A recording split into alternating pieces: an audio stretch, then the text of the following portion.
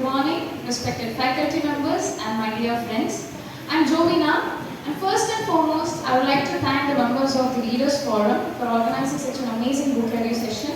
And I would like to thank the librarian of our institution, Dr. P. Sheila ma'am, for her constant support and encouragement. And today I'm here to review the book 3000 Stitches, written by Sudha Murthy. So Sudha Murthy is a popular Indian writer. She's a versatile personality. She's a social worker, philanthropist. She's also the chairperson of N.V.K.S.D. Foundation, and she's an amazing writer. So she's well known for her honest and simple storytelling. And one of her popular stories are 3000 Stitches. Okay?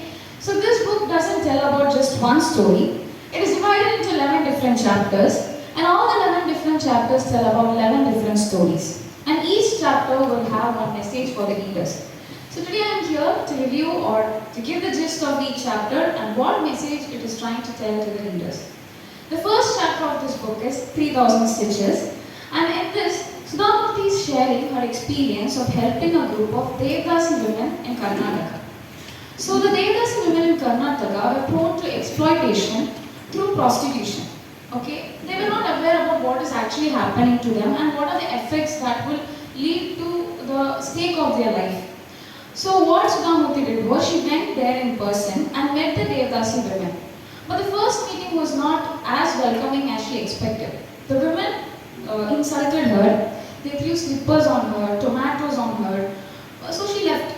She had a conversation with her father, and later on, after so many years, she went back with the help of the district collector. What she did was, she set up so many foundations and programs regarding health and education. So this could spread awareness regarding the health problems or the risks that the women face due to this exploitation. And first the women were insecure and not trusting Sudha Murthy, but gradually they started trusting her. And due to this, their life started improving and they started leading a dignified life. So as a token of gratitude, they organized a program for Sudha Murthy and they gifted her a bedspread which was stitched with 3000 stitches and it was embroidered entirely. So this was so touching for Sudha Murthy, and hence she titled the first chapter and the title of the book as 3000 Stitches. So the message we can get from this chapter is that you must have patience and compassion to bring real change in the world.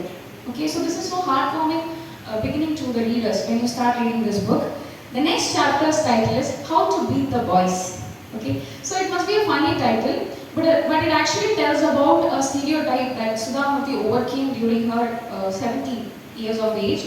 So, as I said, she's a versatile personality. She's the first female engineer to be hired by Tata Motors. Okay? So, when you tell first, there must be so much struggles for that. So, Sudha Murthy joined an engineering college where she was the only girl and the remaining 149 were boys. Okay? She didn't expect a good welcoming, and it was the same. The boys were joking about her, they made fun of her, but what she did was she didn't give up. Though she felt a lack of belonging there, she put a lot of hard work and efforts and she taught the class. Okay, so her hard work and talent proved her academically, and the boys around her started respecting her. And due to the respect, gradually towards the end of the program, the boys also started changing their perspective regarding women. So Sudha Murthy tells that whenever these men meet her outside the campus or anywhere, after years, they would thank her for the perspective of women in education that she gave. So she finds it to be a warm welcoming or a warm experience throughout the course of engineering. And that is the second chapter. And the message you can get from that is you need to have self-confidence and need to do hard work in order to overcome the bias. Just like how Sudha Murthy did. Now, as I said, each chapter will give you a message. The third chapter is an informative chapter. I enjoyed reading it personally. So the title of the book, the title of the chapter is Food for Thought. Okay, so we have food daily, right? But we don't know so many things about the ingredients that we add in food. So Sudha Murthy shares her experience about meeting her friend Rekha at her house. So when she went to her home for lunch, she met Rekha's father, Mr. Rao, who was a botanical enthusiast. A botanical enthusiast is a person who is interested about plants and stuff. So as they were having the lunch, they had so many conversation, and Mr. Rao was giving information about different ingredients in the food. So the first ingredient was tomato. So he says that tomato is a fruit Botanically, it's a food. But if you change the context of using a tomato as an ingredient in food, it is a vegetable. So tomato is not of Indian origin. It comes from Mexico. Okay, so the journey is so far, right, from Mexico to India. So on the way, it must have traveled through a lot of places. So Mr. Rao says that people who saw tomato throughout this phase or throughout the journey must have perceived it in a different way. Some people must have seen tomato as a poisonous fruit. Some must have seen it as a medicinal one. Some must have even not bothered about it. But today, in India, we use it as a daily ingredient in our food. Correct? And the next thing he tells about is chili. Chili is also a fruit. It is botanically a fruit because it comes from a flower and it has seeds. But when you use it as an ingredient in your food, it is a vegetable. Okay? So its origin is from South America. And before chili came to India, people used pepper for spice. So just like how the journeys and the perspectives differ, today also we are using so many things in our life just like that, that have a huge history. So he gives an information about that both for Sudhamurti and she tells that to the readers. So it is an informative chapter. The fourth chapter is 3 handfuls of water. So this is a spiritual chapter. Okay, we all know Kashi, right? Kashi is a religious place in India where people often visit to perform rituals, to show gratitude, and similarly, Sudhamurti goes on a yatra to Kashi. There, she's offering 3 handfuls of water, remembering and thanking her ancestors. Okay, so the first person she remembers is her father. She highlights her father's honesty and also she highlights her mother's discipline or the values that she taught her that shaped Sudhamurti for all the achievements and for the person she is for today. So this is a chapter that reflects about gratitude. We all must have gratitude for our roots and for the people who brought us up. Okay, so it's a very warm chapter. The fifth one is cattle class. Okay, when I talk about class here, it's not the school class. It is the classification of people into different categories in our society. So there is a thought in people's mind that if someone is rich or financially wealthy, they must show it, that they are wealthy. But Sudhamurti breaks down that in this chapter. She shares an experience where she is traveling abroad. Okay, she booked an economic class instead of a business class. So during that time, she was a popular philanthropist and people were able to recognize her. And similarly, when she went inside the aircraft, some of her co-passengers recognized her and started criticizing her. Why would you travel in a cattle class? That is, economic class was mentioned as cattle class here in a degrading manner. But Sudhamurti, instead of reacting in a negative way for all the criticism, what she did was, she calmly responded that I don't want to spend my earnings on luxury. Okay, so this reply actually became a huge sensation that it even came in newspapers, and it shows that Sudhamurti's simplicity, and it also tells about Sudhamurti's humility. So it's a good chapter that tells that simplicity is the greatest for any person instead of luxury. That is, when you're simple, you are the greatest person, is what she's trying to tell from this chapter. Now the sixth chapter is a life unwritten. So till now she was sharing her personal experiences, but in this chapter she's telling about her father's experience. Okay, so Sudhamurti's father was a doctor. So he was transferred to a village. It was a very underdeveloped village and there were no much facilities for someone to treat a patient. Okay, what happened was one night it was raining heavily and a family brought a girl who was undergoing labor pain. Okay, and Sudhamurti's father wasn't an experienced person to treat such cases. What he did was he immediately rejected the idea of performing a delivery. But the parents persuaded him, and without any other option, he went inside and he had a conversation with the girl. Between the pain of contractions, she said that she belonged to a rich family, a zamindar family, and she eloped with the person she liked. But her family didn't accept her. So if she gives birth to this child, they might kill the child, and her life is also at stake. So what Sudhamurti's father did was, he helped her move to somewhere safe, and he also performed the delivery in a very good way. Okay, though it was his first experience, he tried his best to save the child and the mother. And after years, Sudhamurti's father goes for a lecture in a medical institution. There he meets a doctor. So as he was having a conversation with the doctor said that about the incidents that happened in his childhood. That is when Sudhamurti's father realizes that this was a child that I saved that day. Okay, so this is a different dynamic of the story. He helped without expecting anything, but in the future he was able to see the fruit of something that he did in the past.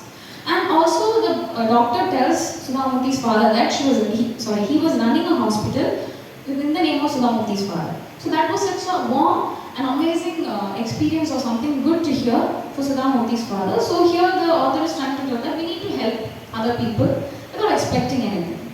Okay. Now the 7 chapters, no place like home. So we all have a feeling, right? Whenever we go to any place, we won't feel at home. The feeling of home or comfortableness like we feel at home. So here this chapter highlights the same, but this is not a lengthy chapter. It just tells the incident where Sudhamurthy helps a migrant, a person who was abroad, that Sudhamurthy met when she also went abroad. That woman was struggling with her life.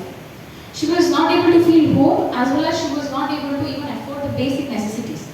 So what Sudhamurthy did was she helped her to get a good stay and also with the basic necessities. And as time passed, they both were having a conversation about families, home, and this chapter highlights the importance of families in our life and relationships.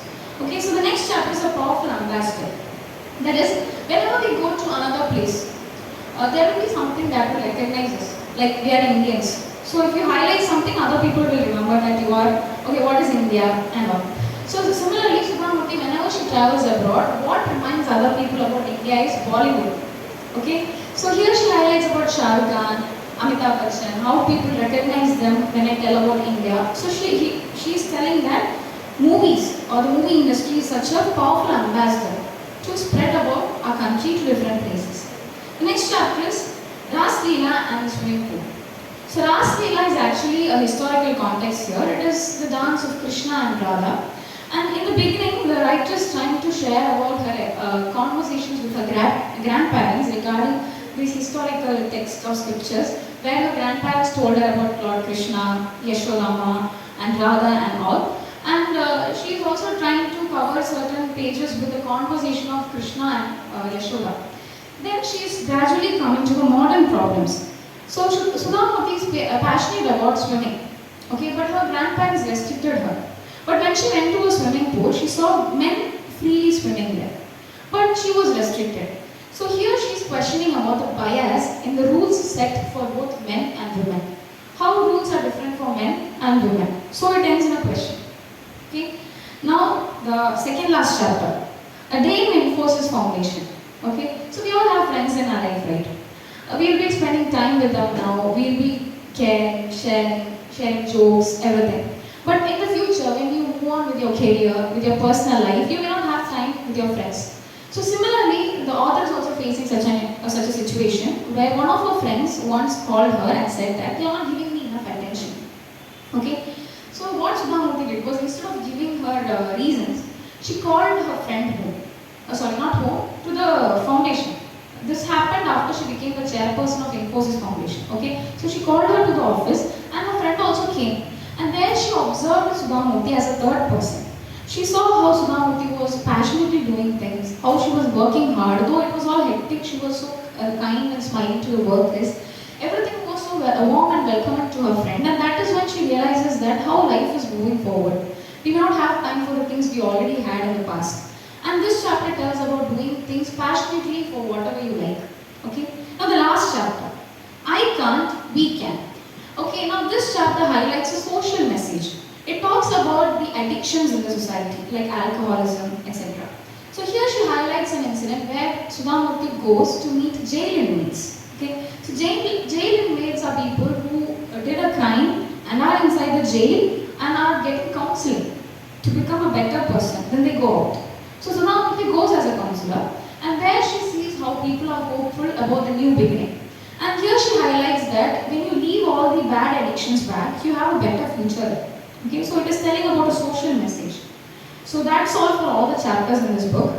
But I would like to highlight the dynamics of all the chapters. If you all notice, in the beginning she tells about her personal experience. In the between she is talking about her fathers. And at the end she is concluding it with a social message. So this dynamic is beautifully elaborated here. You won't feel detached. Okay. So though I was not able to cover the N.V.K.S.D. corner of the book, I was able to brush it up overall, but the experience that I got while reading this book was a warm and happy experience. So since I was not able to cover all the N.V.K.S.D. corner, I suggest you all to go and read this book at least once. Maybe you will have an amazing experience. It's our library at rack 34A, second row. Okay, so it's a popular book and you can give it a try at least once. And I would like to thank you all for patiently listening to me till now. And I would like to thank the institution and thank you, ma'am, for this beautiful opportunity. I really enjoyed reading this book and giving a review about this. Once again, thank you so much.